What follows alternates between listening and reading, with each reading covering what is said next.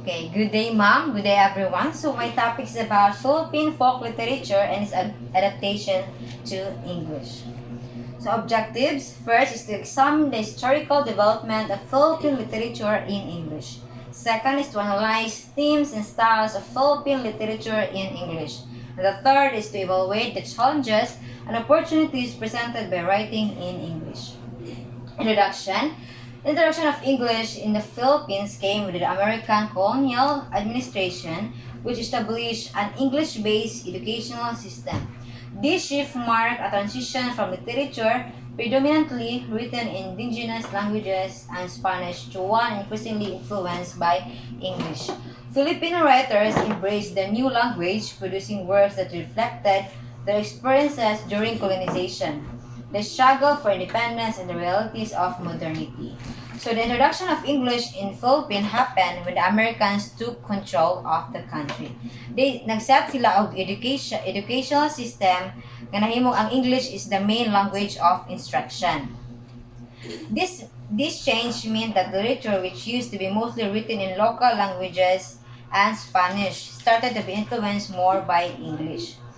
Filipino writers began to use English to express their thought and feelings. So, mga Filipino writers is, kasuwat sila, gamit nila ang English, express nila ilang thoughts and ilang feelings. They wrote about their experiences during the time of colonization, their fight for independence, and the challenges of modern life. This shift allowed them to share their stories and perspectives in a new way, reflecting the changes happening in the society. So, katong mga Filipino writer, ang ilang pagin sa pag-root is in English na. Next is early adaptation to English. The early 20th century saw the emergence of Filipino writers experimenting with English. Notable pioneers like Paz Marquez Benitez, author of Dead Stars, Garcia Osevela, and Nick Joaquin set the foundation for English language literature in the Philippines. Themes during this period often centered on romanticism, social issues, and the challenges of adapting to a rapidly changing society. So the early 20th kuan, the emergence of Philippine writers experimenting with English. So alis 20th century ang Filipino is nag-start na sila og write in English. Mga notable pioneers mo na silang Paz, Marquez, Benitez, Garcia Josevela, and Nick Joaquin. So, the themes of their works often focus on romanticism, which means expressing strong emotions of love as well as social issues like inequality and problems in society. They also wrote about the difficulties people face as they adapted to society that was changing quickly due to modernization and other influences.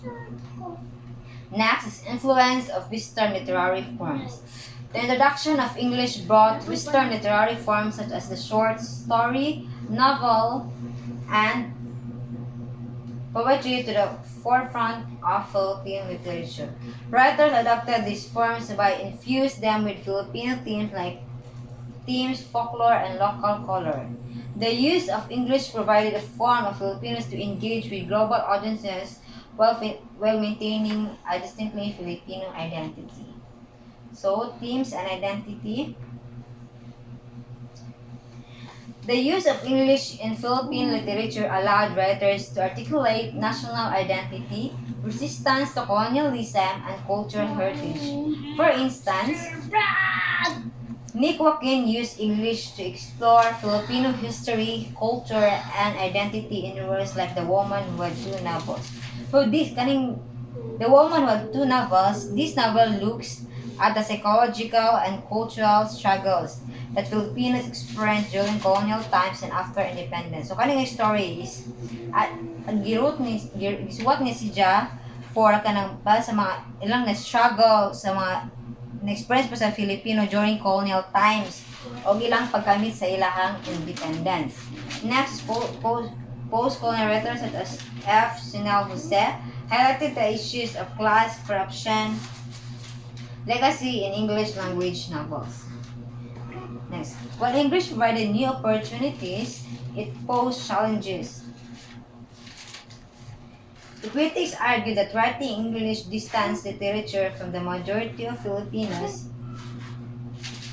Filipinos who spoke native language. So, ang challenge ito ani is kanang mas napabor ang mga kanang bitaw mga English ra nga masuwat na nawa na ba ang kanang paagi sa pag-istorya nila sa Filipino, dili na nila maistorya nakatungod kay nakuha na nila sila sa English. Next is others saw English as tool of cultural imperialism but diluted Filipino identity.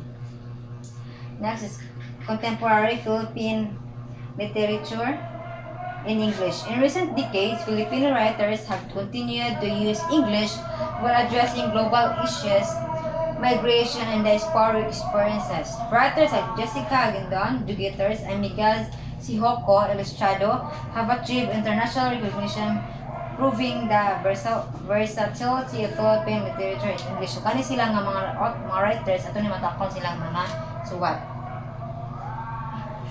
Okay, conclusion. The adaptation of Philippine literature to English represents a fusion of colonial influence and local ingenuity, while English became a medium for creative expression and global outreach. Filipino writers skillfully infused it with native themes, creating a vibrant and unique literary tradition. Today, Philippine literature in English remains a vital part of country's culture and literary identity, bridging local and global perspectives. That would be all. Thank you.